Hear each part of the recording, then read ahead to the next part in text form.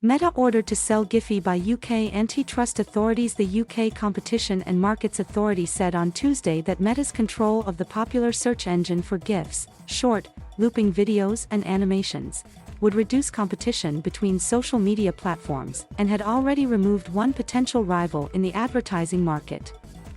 Facebook bought Giphy for $315 million in 2020.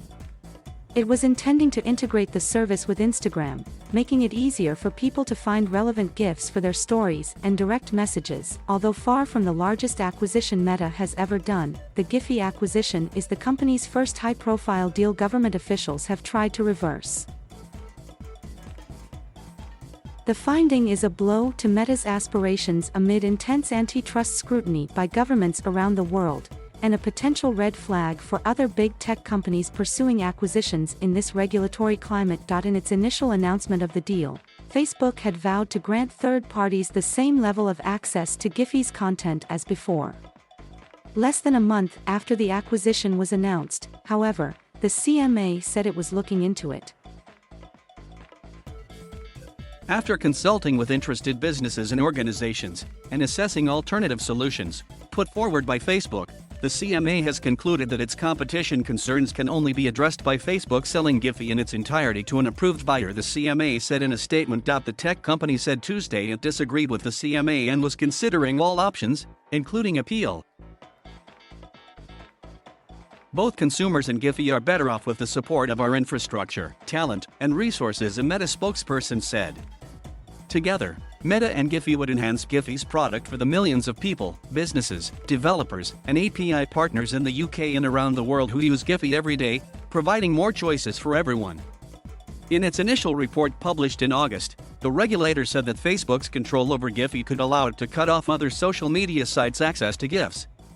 Giphy's services currently integrate with platforms such as Twitter, Snapchat, Apple's iMessage, and Slack. Detailing the reasons for its findings, the CMA said the acquisition of Giphy would boost Meta's significant market power.